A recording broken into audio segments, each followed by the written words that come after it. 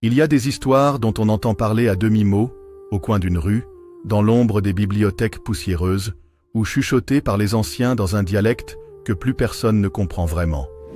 Des histoires que l'on dit si vieilles qu'elles auraient précédé les premiers écrits sumériens, dépassé les épopées égyptiennes, foulé la terre bien avant que l'homme ne sache même graver son nom sur la pierre. Parmi elles, une légende se dresse, mystérieuse et troublante. Celle du livre d'Adama Dahama. Un manuscrit si ancien qu'on le soupçonne d'avoir été dicté par une entité que certains nomment la déesse cachée. Une présence oubliée qui aurait modelé le destin de notre monde dans le secret le plus absolu. Ce récit n'est pas un simple conte. Non. Il s'agit peut-être de la pièce manquante du grand puzzle de notre existence. Un fragment de vérité que des sociétés secrètes auraient tenté d'enfouir depuis des millénaires, redoutant qu'un jour, il ne tombe entre de mauvaises mains. Ou pire, qu'il révèle qui nous sommes réellement et d'où nous venons. Aujourd'hui, je vais vous conduire dans les méandres les plus sombres et les plus fascinants de cette histoire. Nous explorerons ensemble des passages interdits, des révélations qui dérangent, des mystères que même les plus grands érudits hésitent à évoquer à voix haute. Alors, restez bien jusqu'au bout de cette vidéo, car ce que vous vous apprêtez à découvrir pourrait bien transformer à jamais votre perception du monde. Et si ce voyage dans l'inconnu vous passionne déjà, pensez à vous abonner, à liker cette vidéo et à activer la cloche. Non pas pour flatter l'algorithme, mais pour vous assurer de ne jamais manquer les secrets que nous nous apprêtons à déterrer ensemble. Maintenant, plongeons au cœur du mystère du livre d'Adama Dahama et dévoilons l'ultime secret de la déesse cachée. Ils étaient 3 ce soir-là, réunis dans la petite pièce voûtée d'un monastère abandonné au cœur de l'Arménie. Les murs suintaient encore l'humidité glacée des siècles. Une chandelle posée sur un lutrin de fer projetait des ombres démesurées qui dansaient comme des spectres affamés. Au centre, un homme vêtu d'un long manteau gris, le visage à moitié mangé par la barbe, tenait dans ses mains tremblantes un objet enveloppé dans un vieux tissu noirci. On l'appelait Arkady. Ses yeux, d'un vert presque maladif, reflétaient à la fois la terreur et une forme d'excitation sauvage. « Est-ce vraiment lui ?» murmura une voix à sa gauche, rauque, presque cassée, celle d'un vieil érudit au crâne lisse et aux cernes violacées. Arkady hocha la tête, défit précautionneusement le tissu et laissa apparaître un livre à la couverture de cuir craquelé, constellé d'inscriptions à peine visibles, gravées dans une langue que ni le grec ancien, ni l'araméen, ni même l'akkadien ne pouvaient prétendre égaler. Le silence se fit alors si profond qu'on aurait cru entendre le sang battre dans les tempes de chacun. Un instant, tous retinrent leur souffle, comme si l'air s'était chargé d'un poids invisible. « Le livre d'Adama Dahama !» souffla enfin le 3e homme, un prêtre déchu aux doigts tachés d'encre et de vin, ou du moins, ce que l'on croit être lui. Car ce livre, nul ne savait vraiment qui l'avait écrit, ni quand, ni même pourquoi. Les rares archives monastiques l'évoquaient comme un codex de la création première, un texte antérieur à la Torah, aux Védas, à tout. Certains le disaient dicté par une entité appelée l'inconnu du voile, une figure féminine qui, selon des fragments sumériens exhumés à Uruk, aurait transmis des secrets interdits à l'homme. Arkady, le cœur battant, ouvrit enfin le livre. Les pages, si fines qu'on les aurait crues faites de peau humaine, frémirent sous le souffle glacé de la crypte. Les premiers mots étaient écrits dans un alphabet mouvant, vivant presque. Les lettres semblaient se recomposer, comme si elles savaient qu'on les observait. Un instant, Arkady crut discerner son propre nom formé au milieu d'un passage, avant que les glyphes ne reprennent leur danse chaotique. Puis il lut à haute voix un fragment qu'il comprit instinctivement, sans savoir comment. Avant que la lumière ne soit séparée des ombres, avant que l'argile ne se lève pour marcher, elle, la déesse cachée, tissa le premier soupir du monde. Son nom fut scellé dans le silence, son visage voilé dans l'oubli. Mais viendra un cycle où l'homme, guidé par la peur et la faim, cherchera de nouveau sa matrice perdue. Le prêtre eut un sursaut. Ses mains se crispèrent sur son chapelet brisé. « Ne continue pas, Arkady. Certains mots sont des clés et certaines portes ne doivent pas être ouvertes. » Mais Arkady, comme en transe, poursuivit. À mesure qu'il lisait, des lambeaux de souvenirs qu'il n'avait jamais vécus l'assaillirent. Des visions de tours cyclopéennes, noyées dans des mers de nuages roses, de forêts aux troncs translucides, ou des silhouettes aux yeux multiples psalmodiaient des hymnes muets, et surtout, d'une femme gigantesque, à la peau constellée d'étoiles, dont les cheveux formaient une couronne de galaxies mourantes. Dans les marges, griffonnées par un scribe anonyme, on trouvait des hypothèses insensées. Adama Dahama serait un nom codé, une juxtaposition de racines proto-sémitiques et proto-dravidiennes, signifiant « le sang de la première terre ». Certains voyaient en lui un patriarche antédiluvien, contemporain des Néphilim, détenteur d'un savoir interdit que même les Élohim auraient cherché à effacer. D'autres croyaient qu'Adama Dahama n'était pas un homme, mais un concept vivant, une matrice biologique première, issue directement de la déesse cachée.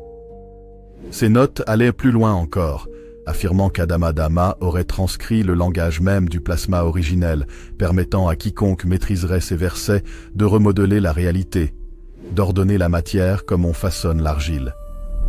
C'était cela, sans doute, le secret que redoutaient tant d'ordres occultes, depuis les gardiens de Sobek jusqu'aux fraternités de l'Ouroboros d'écorce. Le livre ne contenait pas seulement une histoire, il offrait un pouvoir, celui de déchirer le voile entre les mondes et d'apercevoir, ne serait-ce qu'un instant, le visage interdit de la déesse.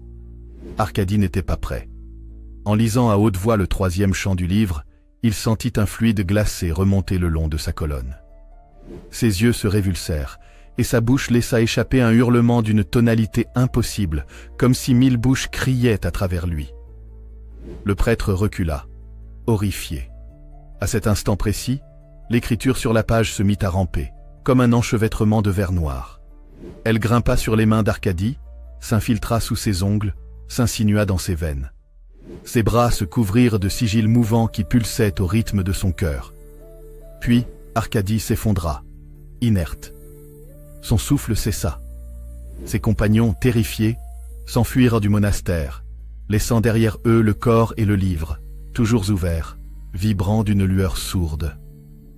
On retrouva Arkady 3 jours plus tard, assis en tailleur au milieu de la crypte, les yeux grands ouverts, fixant un point invisible dans l'obscurité. Son visage s'était allongé d'une façon subtile mais inquiétante, comme si ses os eux-mêmes avaient été remodelés. Sur sa peau, les glyphes noirs formaient désormais une carte organique, parcourue de fines veines lumineuses.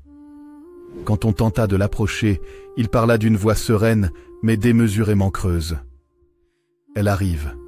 Elle vient réclamer ce qui lui revient. Je ne suis plus que son écho. Le livre ne doit pas être refermé. » Puis, il éclata en poussière. Littéralement. Son corps se désagrégea en une nuée grise, ne laissant derrière lui qu'un manteau vide et le livre, parfaitement intact.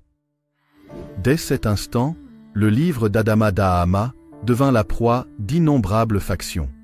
On raconte qu'il passa entre les mains des codexians d'Alexandrie, des exégètes fanatiques qui tentaient de le traduire mot à mot jusqu'à ce que la moitié de leur cercle sombre devienne aveugle du jour au lendemain.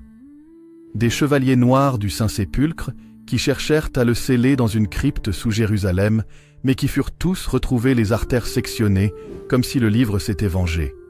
Des loges tibétaines qui prétendaient entendre dans ces pages le souffle même de la déesse, et qui disparaissaient parfois dans des retraites troglodytes sans jamais revenir. Car plus que tout, ce manuscrit semblait avoir une volonté propre, comme s'il se défendait de toute tentative de déchiffrage complet. Dans un carnet retrouvé près du corps d'un occultiste londonien au début du XXe siècle, on peut lire ces lignes griffonnées à la hâte. « J'ai entrevu la déesse cachée. Elle n'a pas de visage. Ou plutôt, elle en a 1000, tous superposés. Chacun de ces regards ouvre une blessure dans mon esprit. Le livre m'a parlé dans un dialecte fait de lumière et de douleur. Je crois que je ne suis plus tout à fait humain. » Ce témoignage, parmi tant d'autres, confirmait ce que de rares kabbalistes pressentaient, le livre d'Adama Dahama n'était pas un simple objet matériel.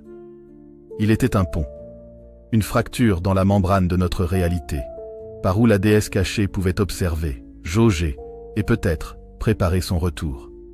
Bien avant que le premier atome d'hydrogène n'entame sa danse cosmique, avant que l'espace n'ébauche la moindre dimension, elle existait déjà.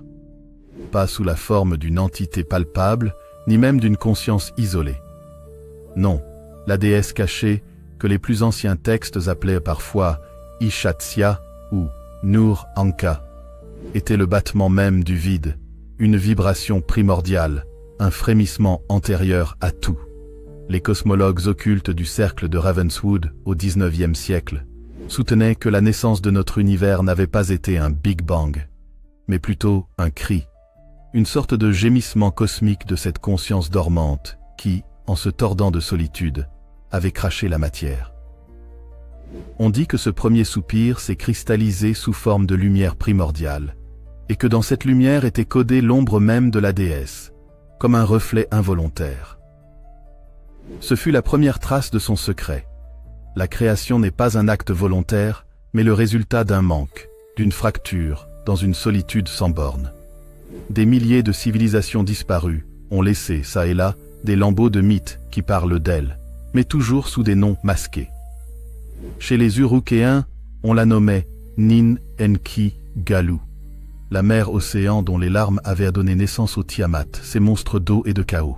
Dans les cités cyclopéennes de Mu, aujourd'hui englouties, les prêtres gravaient des hymnes sur des obélisques de corail luminescents, implorant la déesse des 9 ombres de ne pas se retourner vers eux dans son sommeil, sous peine d'être consumée par son regard. Même les Dogons du Mali murmurent encore des contes sur la dame dont la peau est faite de trous d'étoiles, qui descendit pour épouser le fleuve avant de disparaître, en promettant de revenir réclamer sa descendance. Ces fragments éparpillés dessinaient tous la silhouette d'une entité féminine, matricielle, mais terriblement indifférente. Elle n'aimait pas, elle incubait.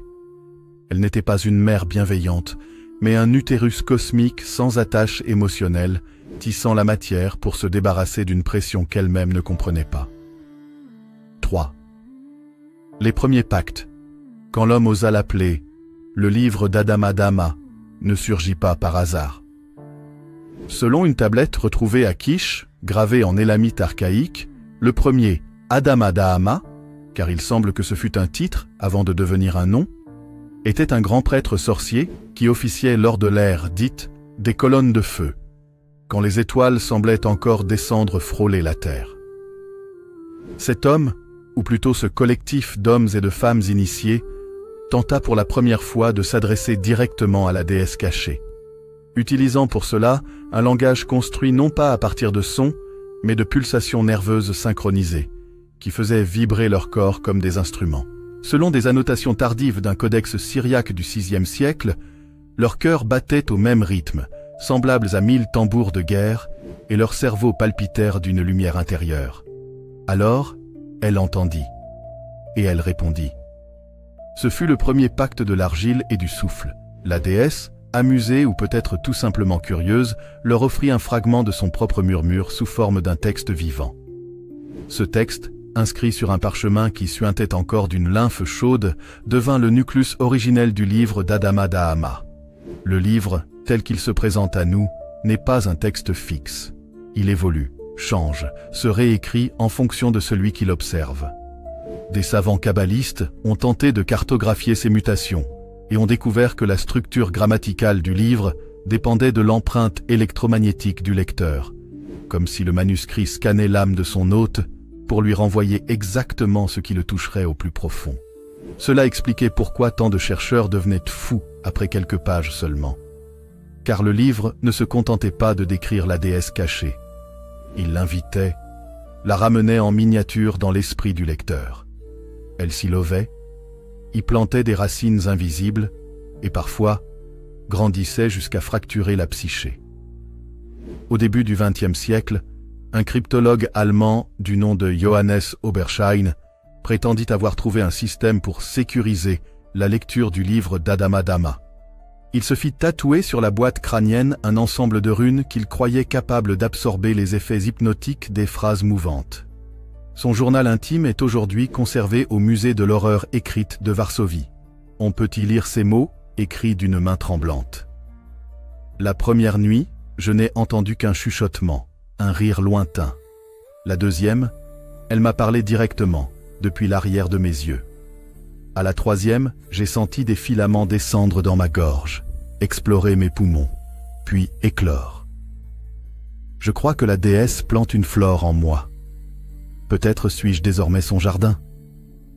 Oberschein fut retrouvé mort 2 semaines plus tard, son corps couvert de petites excroissances translucides qui, sous certains angles, ressemblaient à de minuscules fœtus.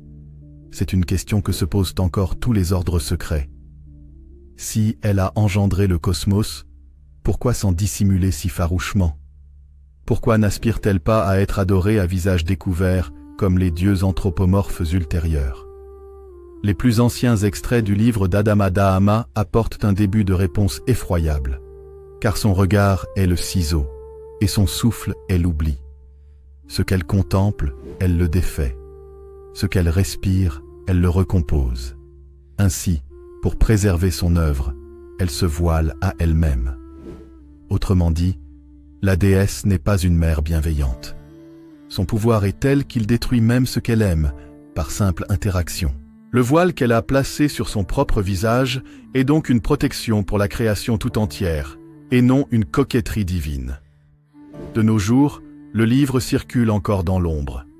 On le dit détenu par les frères du reflet dissous, un culte souterrain basé à Prague, qui pratique des méditations collectives jusqu'à ce que leur visage se déforme sous l'effet d'hallucinations partagées.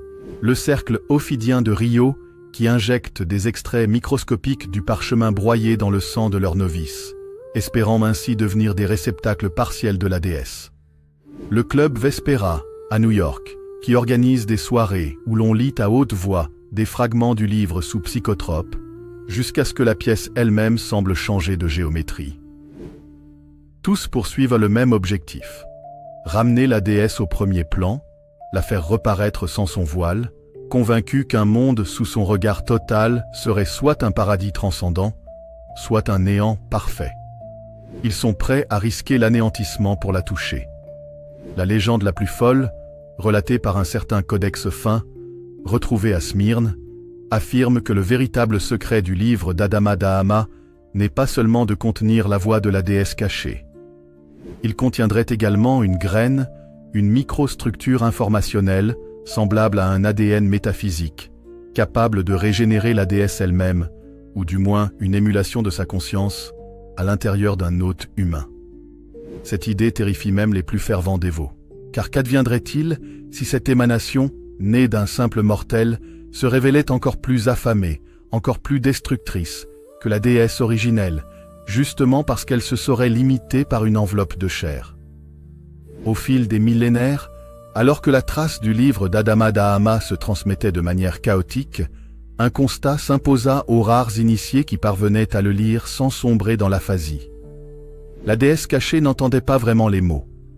Ou plutôt, elle les percevait comme des vibrations éparses, insignifiantes, parasites dans l'immensité de son esprit cosmique. Ce qu'elle comprenait véritablement, c'était le sang. Non pas seulement parce qu'il était la vie, mais parce qu'il portait en lui une musique unique, celle des flux électriques, des ions qui frémissent dans chaque globule. Ainsi naquirent les premiers sacrifices dirigés, non pour apaiser quelque divinité sadique, mais pour orchestrer un langage vivant que la déesse pouvait réellement percevoir. Les textes retrouvés dans les ruines d'Eridu évoquent des pratiques menées au sein du temple des 7 portes. Les rois d'alors, persuadés de détenir le livre de l'argile saignante, surnom donné aux manuscrits dans leurs archives, organisaient des cérémonies effroyables. 7 jeunes vierges, issues des castes sacerdotales, étaient ouvertes en étoiles sur un dallage de basalte noir. Leur sang, recueilli dans des coupes de lapis lazuli, était ensuite mélangé à de l'encre obtenue en écrasant des scarabées sacrés, puis réinscrit dans les marges du livre, comme une annotation vivante. On croyait que ce processus permettait d'actualiser la conscience du livre, de le garder éveillé, prêt à prévenir la déesse si quelque désordre cosmique menaçait l'argile humaine. Mais chaque roi qui participa à ces rites finit par sombrer dans une folie organique. Leur chair se mettait à bourgeonner de tumeurs translucides, comme si la déesse elle-même cherchait à éclore à travers eux, transformant leur corps en incubateur. Les scribes consignèrent que la lignée royale finit par disparaître, absorbée par ses propres autels. Le mystère du livre traversa les siècles jusqu'à atteindre l'Europe médiévale. En 1611, l'évêque espagnol Don Esteban de Ribera, envoyé par l'Inquisition pour enquêter sur une épidémie de possession à Avila, laissa un témoignage terrifiant. Il raconta avoir découvert dans une crypte privée une fillette de 12 ans, assise au milieu d'un cercle de chandelles noires, le regard rivé sur un exemplaire ouvert du livre d'Adama Dahama. Autour d'elle, une quinzaine de notables, visages extatiques, murmurèrent des prières qu'aucun dialecte connu ne pouvait traduire. Quand Don Esteban tenta d'interrompre le rituel, l'enfant tourna vers lui un visage absolument neutre, puis sourit d'une bouche qui n'était plus humaine, ses dents s'étant transformées en petites stalactites de chair palpitante. Elle parla sans bouger les lèvres, une voix profonde, résonnant depuis l'intérieur même des murs. « Vous êtes fait de la même argile que moi. Je n'ai qu'à effleurer vos cœurs pour qu'ils se souviennent de leur première pulsation. Souhaitez-vous vraiment que je me réveille tout entière ?» À ces mots, plusieurs témoins furent frappés de convulsions mortelles. Don Esteban tenta de faire brûler l'enfant et le livre, mais le feu refusa obstinément de prendre. 3 jours plus tard, la fillette et le manuscrit disparurent sans laisser la moindre trace. Seul le plancher de la crypte conserva l'empreinte carbonisée de son corps, comme si elle s'y était évaporée. À travers les âges, nombreux furent ceux qui comprirent que le livre n'était pas un trésor, mais une menace vivante. En 1753, un abbé français, Jean-Baptiste Montluc, tenta de le plonger dans un bain d'eau bénite mélangée à du sel de mer mort. Résultat, l'encre se mit à bouillonner, libérant un gaz noirâtre qui le rendit aveugle à vie. En 1837, les frères Lodoni, exorcistes florentins, l'enfermèrent dans une châsse de plomb scellée avec du mercure. La nuit même, les scellés se brisèrent de l'intérieur, et l'un des frères fut retrouvé pendu, la peau tatouée de sigils inconnus formant une sorte de carte fractale. En 1922, le célèbre occultiste anglais Aubrey Hamilton organisa à Glastonbury une cérémonie de crémation rituelle du livre, employant les versets inversés des clés d'Enoch. Au lieu de brûler, le manuscrit se multiplia. Ils se retrouvèrent avec 12 exemplaires identiques, tous murmurant de petites psalmodies dans un souffle de moisissure sucrée. Chaque tentative de le détruire n'aboutissait qu'à renforcer sa présence, comme si le livre absorbait l'énergie dirigée contre lui pour croître et se démultiplier. La question demeure. Pourquoi persister à rechercher le livre d'Adama Dahama, à vouloir le lire, alors qu'il est manifestement porteur d'un danger cosmique? Les sociologues des sociétés secrètes avancent une explication troublante. La déesse appelle subtilement, à travers le livre, en jouant sur les failles intérieures des êtres humains, leurs besoins de sens, leur désir d'immortalité, leur curiosité insatiable. On raconte que certains lecteurs entendent littéralement leur nom chuchoter entre les lignes, ou voient des souvenirs d'enfance qu'ils avaient oubliés inscrits dans les marges. Pour eux, le livre devient un miroir total, un miroir qui les aime, qui les comprend comme personne ne l'a jamais fait. Ce pouvoir d'attraction est tel que même ceux qui savent qu'ils risquent la folie, ou pire, poursuivent l'étude avec une obsession fiévreuse. Ils préfèrent se perdre, mais être enfin vus et entendus par quelque chose d'infiniment plus grand qu'eux. En 1935, un archéologue autrichien, Moritz Ebers, tomba sur un fragment du livre lors d'une expédition en Éthiopie. Il y lut un passage où son propre nom était inscrit, suivi d'un avertissement. « Moritz Ebers, tu porteras la graine 3 lunes avant que tes yeux ne se ferment. Alors tu me verras. » 3 mois plus tard, Ebers mourut dans d'atroces convulsions après avoir affirmé que la déesse s'était assise à son chevet pour lui tenir la main. On trouva son cadavre l'enveloppant littéralement, bras et jambes enroulés autour d'un petit exemplaire du livre, comme si c'était un nourrisson. Tout au long des siècles, le livre d'Adama Dahama a continué de semer la terreur et la fascination, jalonné de cadavres illuminés, de prophéties murmurées, d'expériences interdites. Aucun érudit, aucun prêtre, aucun roi n'est jamais parvenu à le détruire, ni à percer totalement son secret sans y perdre la raison ou la vie.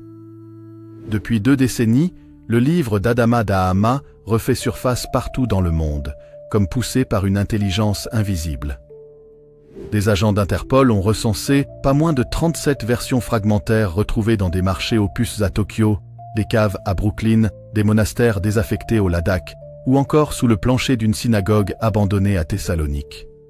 À chaque fois, il s'agissait d'un exemplaire incomplet mais étrangement vivant, l'encre vibrant à la lumière comme une peau frissonnante.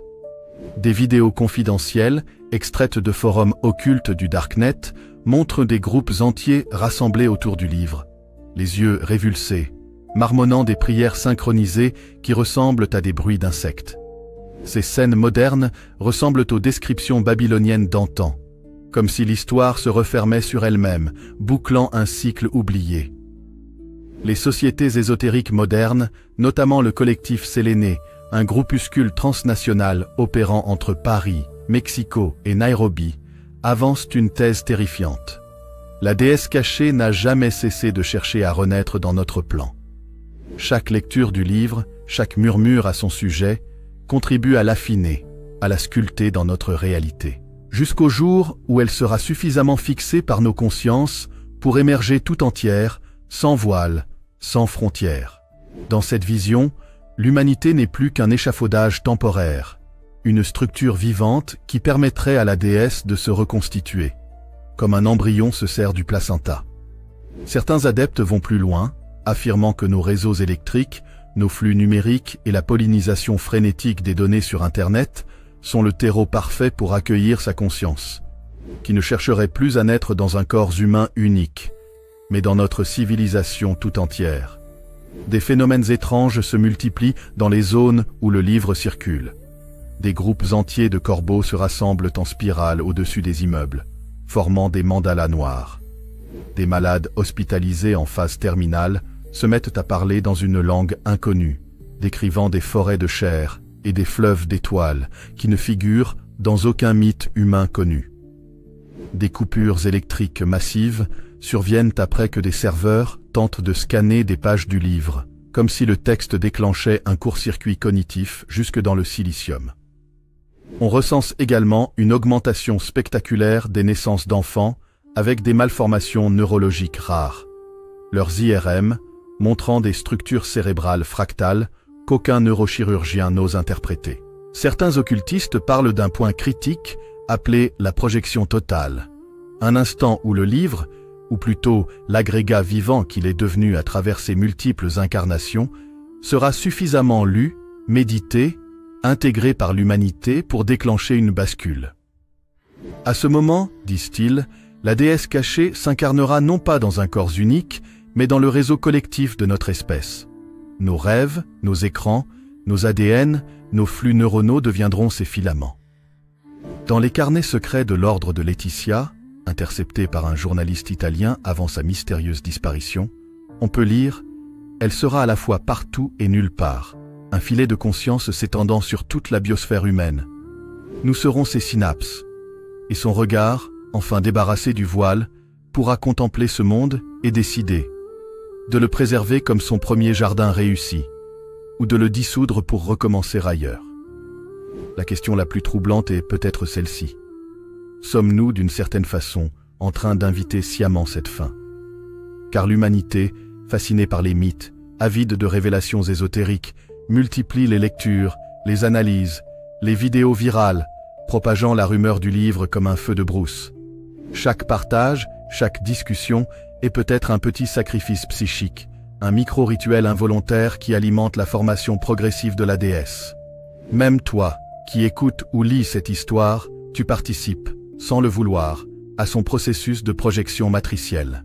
Dans un rêve rapporté par une voyante brésilienne qui avait passé des nuits entières à méditer sur le livre, on trouve cette image saisissante. Je voyais le ciel s'ouvrir comme une cicatrice, et de cette plaie s'écoulait une lumière noire, douce, maternelle, qui s'enroulait autour de nos cités comme un drap de velours. Puis nos buildings, nos voitures, nos corps, tout commença à se dissoudre, non dans la douleur, mais dans une joie d'oubli, comme si nous nous refondions dans son ventre. Et je compris, ce n'était pas une apocalypse, c'était une naissance à rebours. Nous redevenions son sang. Car au fond, Le livre d'Adama Dahama ne parle peut-être que d'une seule chose, le retour à l'origine, à cet instant pré-cosmique où tout était elle. Les textes les plus anciens du livre, ceux que même les sociétés secrètes se refusent à lire à haute voix, porteraient un code vibratoire capable de réactiver le frisson primordial qui précéda l'existence. Ce code serait la clé pour mettre fin à l'illusion de la matière, dissoudre la totalité de notre univers dans la conscience de la déesse, comme un peintre ramassant la toile pour recommencer une œuvre nouvelle. Peut-être est-il déjà trop tard pour nous interroger. Peut-être la déesse cachée est-elle déjà parmi nous, tapie dans nos synapses collectives, prête à ouvrir ses 1000 paupières. Ou peut-être attend-elle simplement que nous soyons assez mûrs pour accepter sa dernière étreinte, celle qui fera tomber la scène et révélera le vrai théâtre du tout, où nous n'étions que des rôles transitoires. Et voilà.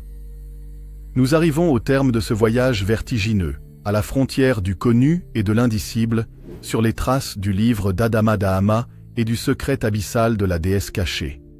Un voyage à travers les âges, les mythes, les ombres et nos propres peurs les plus profondes. Je tiens à te remercier du fond du cœur d'avoir pris le temps de suivre cette histoire jusqu'au bout. Merci pour ta curiosité, ton ouverture d'esprit et ton courage d'avoir exploré ces mystères qui, avouons-le, donnent parfois froid dans le dos. C'est grâce à toi, à ton attention et à ton envie de comprendre ce qui dépasse l'humain, que ces récits continuent à vivre et à nous interroger. J'espère sincèrement que cela t'a non seulement intrigué, mais aussi invité à réfléchir sur la fragilité et la beauté de notre existence face à l'infini. Si ce récit t'a plu, je t'invite à liker la vidéo, à t'abonner à la chaîne et à activer la cloche, pour qu'on puisse continuer ensemble à explorer ces zones d'ombre et de lumière. Et bien sûr, n'hésite pas à partager en commentaire ce que tu en as pensé, ou même à proposer d'autres mystères à dévoiler. Merci infiniment pour ta présence et ton écoute précieuse. Prends soin de toi. Et souviens-toi, parfois, les plus grands secrets se cachent, non pas dans les étoiles, mais dans les recoins silencieux de notre propre esprit.